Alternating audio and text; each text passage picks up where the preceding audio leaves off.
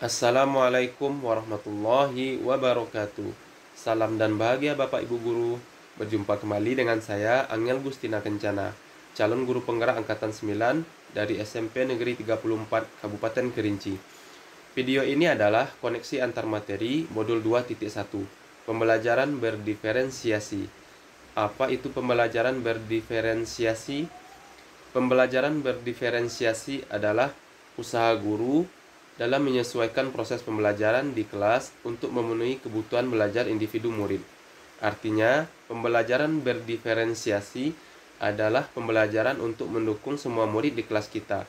Maksudnya apa ya? Ingat, setiap anak adalah unik. Mereka punya kelebihan dan kekurangannya masing-masing. Begitu pula dengan minat, gaya belajar, kebiasaan, pola pikir, kemampuan literasi, dan lain-lain. Pasti berbeda kan?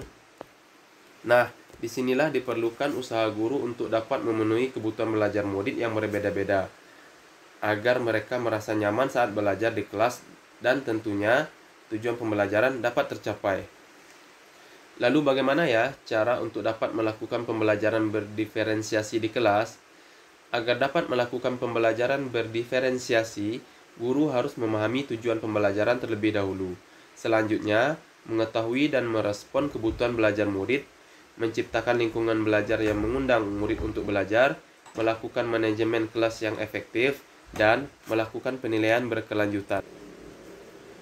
Berkaitan dengan kebutuhan belajar murid, guru harus memahami 3 aspek berikut ini. Yang pertama, kesiapan belajar murid atau readiness. Kesiapan belajar mengharuskan guru untuk menilai pengetahuan awal dan menentukan apa yang telah murid ketahui dan di mana murid berada. Yang kedua, minat murid. Minat setiap anak pasti berbeda-beda. Minat adalah salah satu motivator penting bagi murid untuk terlibat aktif dalam proses pembelajaran. Dan yang ketiga, profil belajar murid. Profil belajar murid berkaitan dengan lingkungan, budaya, gaya belajar, dan kecerdasan majemuk yang berbeda antara satu anak dengan yang lainnya. Kebutuhan belajar murid dapat diidentifikasi berdasarkan cara-cara berikut ini. Mengamati perilaku murid-murid, mengidentifikasi pengetahuan awal, mereview dan melakukan refleksi terhadap praktik pengajaran, berbicara dengan guru murid sebelumnya, membaca rapor murid di kelas sebelumnya, atau bisa juga menggunakan berbagai penilaian formatif dan diagnostik.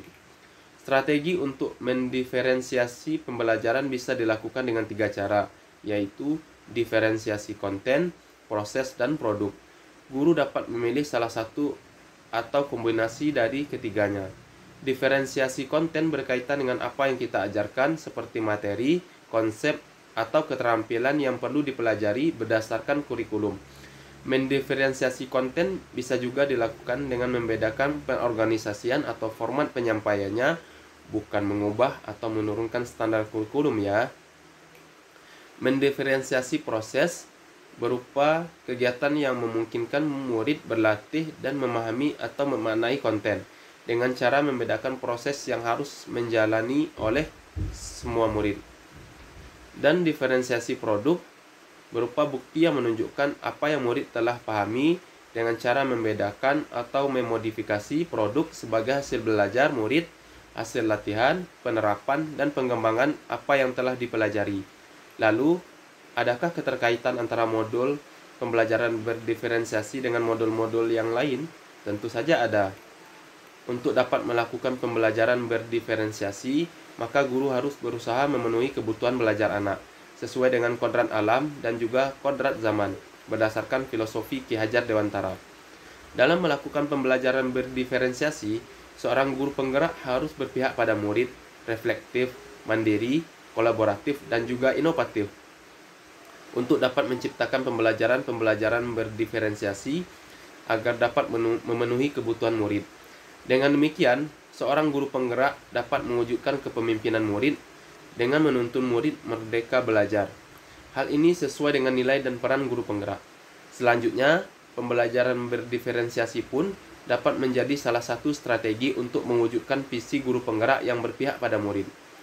Dan dalam pelaksanaan pembelajaran berdiferensiasi, antara guru dan murid harus ada kesepakatan kelas terlebih dahulu, agar proses pembelajaran dapat berjalan dengan baik sesuai dengan nilai-nilai budaya positif. Demikian pemaparan koneksi antar materi modul 2.1. Semoga menginspirasi dan terima kasih. Salam dan bahagia. Wassalamualaikum warahmatullahi wabarakatuh.